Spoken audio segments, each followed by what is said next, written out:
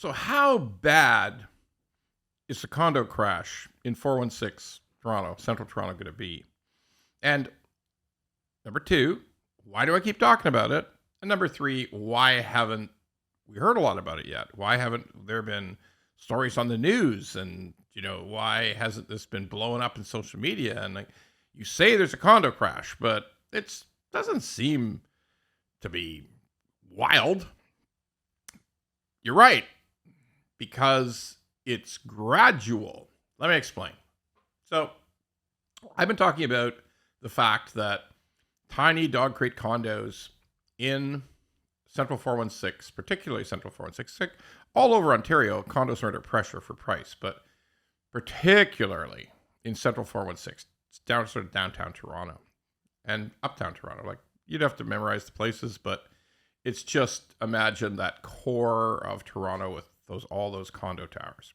So we know that there's tons offered for sale, like tons and tons, because the rents are actually coming down. Sounds strange, but it's true. Rents are actually falling in Toronto. People are worried that they're going to fall even more because a certain number of immigrants are going to return. A certain number of people who are here on temporary visas, temporary worker visas, are going to return. There might even be population decrease in the Metro Toronto area. So it's very worrisome for rent, and every one of these dog crate condos is rented. Nobody actually would buy a 485 square foot condo to live in. Well, a few people, but it's a tiny number. So they're all rented, all under pressure. The economy is cooling in Ontario particularly, and there's a lot of condos for sale. But that's not the crux of the problem. The crux of the problem is somewhere between 35,000 and 40,000 new units, brand new units that started 5 and 6 years ago, that are going to be completed over the next 2 years, over 2025 and 2026. Look, it's simple.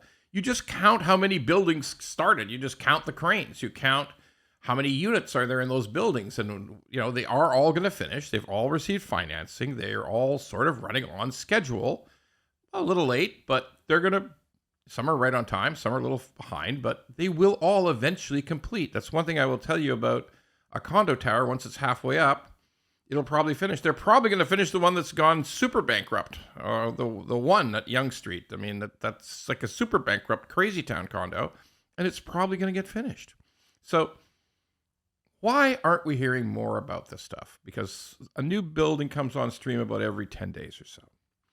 Maybe it's possible that the developers are keeping it quiet. I'll give you a story that I believe is entirely true.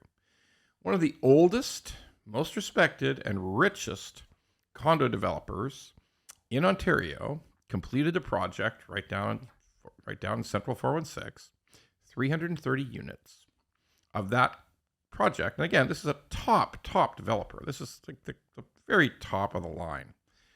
Strong developer, super rich, super experienced, very professional, very good at what they do. And that 330 unit building completed with 70 units unsold. That's a combination of units that they just held on to sell in the end when they thought the price would go way up and they would make a ton of money on those sales, and a bunch of units that just wouldn't close. Like the price of the units versus what you could buy the same thing for across the street was too diverse. Remember, the issue is people paid $1,400 a square foot in 2000 or 2020 or 2019, and they're finished now, and the place across the street sells for $950. So you got $1,400, $950, doesn't work, might be appraisal problems. Anyway, people just choose not to close. No, I keep my deposit, I'm leaving. So 70 units were left unsold, but because the developer is big and rich and successful, they could close. They could say, that's fine, I'll have another company, another subsidiary of mine, take over those suites, we'll form the Condo Corp, and everything will just run ahead, and the building will close, and everything will be fine. But at the end of the day, that's 70 unsold units. It'll have to be sold eventually. So what will they sell it for? Someday. I mean, they keep it quiet now to allow the building to close, and then all the people don't think they've been ripped off because, oh, look at that. The people who built the building are selling it for $950 a foot.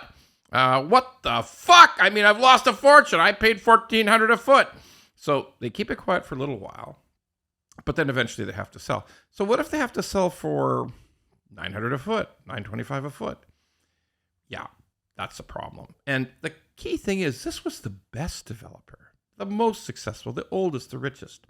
What happens when the shitty developer has to close? They're finished. It's time to close. We've got a pretty shitty building here with terrible layouts, ridiculous. A guy showed me a layout of a condo where the only way you could get into the condo is the entryway was through your bedroom. Yeah, no kidding. Like, that's how fucked up that is. We're going to walk into the 400 square foot condo, open the door. Oh, look, it's a bed. Like, I'm serious. And, poor building, poor quality, you name it. It's just fucked. So what happens when, say, 50% of those can't close? Like, people just say, you know what? The building's shit. I paid $1,300 a foot. The going price for this shit building is about $900. I'm not going to close. What if half the building doesn't close? Well, now you're going to hear about it. It's going to be all over social media. It's going to be all over the television. It's going to be all over everywhere. But you're not hearing about it today. Be patient. You're going to hear about it. You just won't really hear about it big until the summer. In the meantime, there have been a few more condos sold, but interestingly enough, just again in the central Toronto area, just in the TREB system for City of Toronto, there were 900 price reductions on condos last month. I'll say that again.